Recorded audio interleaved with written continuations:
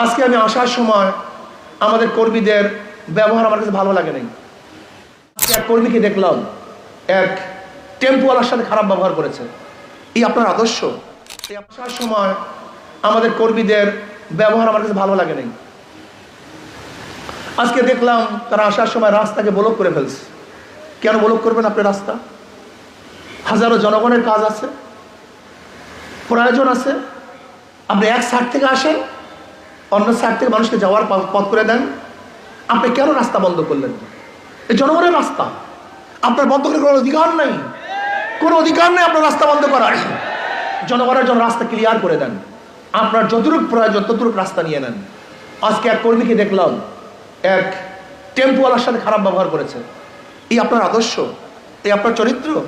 তা আপনার মধ্যে ফ্যাসিস্টের মধ্যে পার্থক্যটা কি পার্থক্য আমাকে বলুন।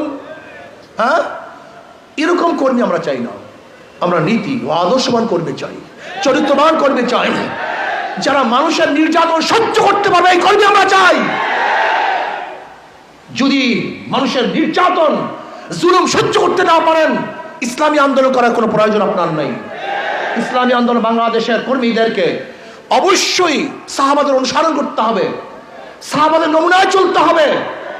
নবীগণ সবচেয়ে বেশি অত্যাচারিত হয়েছেন, জুলুমের শিকার হয়েছেন এবং সবচেয়ে বেশি ধৈর্য ধারণ করেছেন।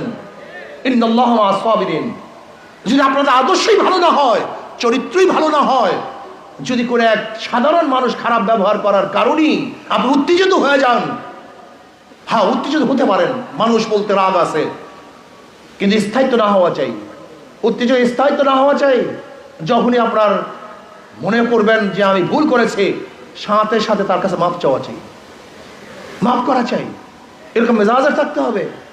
দেখেন, ইসলাম তলোয়ারের মাধ্যমে শুধু বিজয় হয় নাই, ইসলাম উদাহরণের মাধ্যমে বিজয় হয়েছে, আদর্শের মাধ্যমে বিজয় হয়েছে।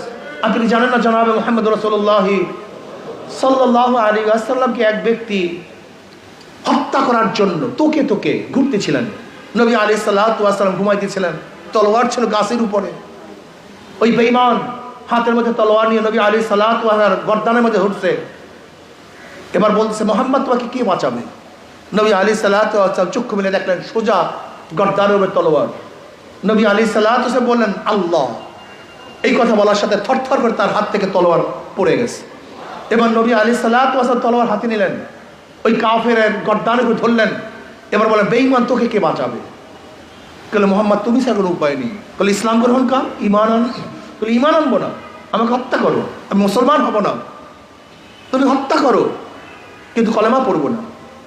নবী আলাইহিস সালাতু ওয়াস সালাম কোনো কথা বলেন না।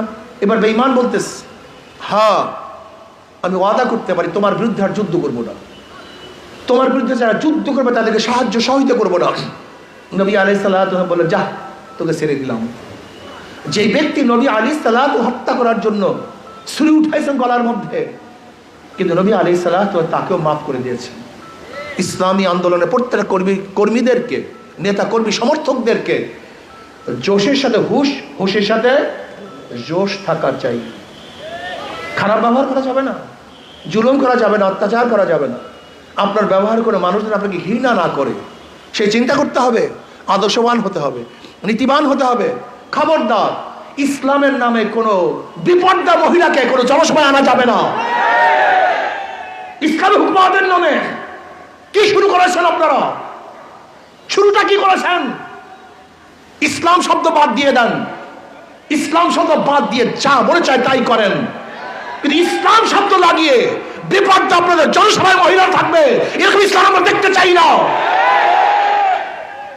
ধোঁকাবাজি করবেন না, ইসলামের নাম দিয়ে যা ইচ্ছা তাই করবেন, এটা বাংলাদেশের মানুষ মানবে না, মানতে পারে না। ইসলাম শব্দ বাদ দিয়ে যা মনে চায় তাই করেন। আমরা সমস্ত রাজনৈতিক দলকে কিছু বলবো না, কারণ তাদের ইসলাম নাই। কিন্তু ইসলামী আন্দোলনের নাম দিবেন, ইসলাম নাম দিবেন, আর সেখানে শরীয়ত বিরোধী কাজ করবেন, এর ইসলামী আন্দোলনের কোনো প্রয়োজন নেই। আমি স্পষ্ট ইসলামী আন্দোলন বাংলাদেশের প্রত্যেকটা নেতাকর্মীকে বলবো, শরীয়তের খেলাফ কোনো কাজ করা যাবে না। ইসলাম হুকুমত কায়েম করবো শরীয়তকে বাস্তবায়ন করার জন্য, শরীয়তকে ধ্বংস করার জন্য নয়।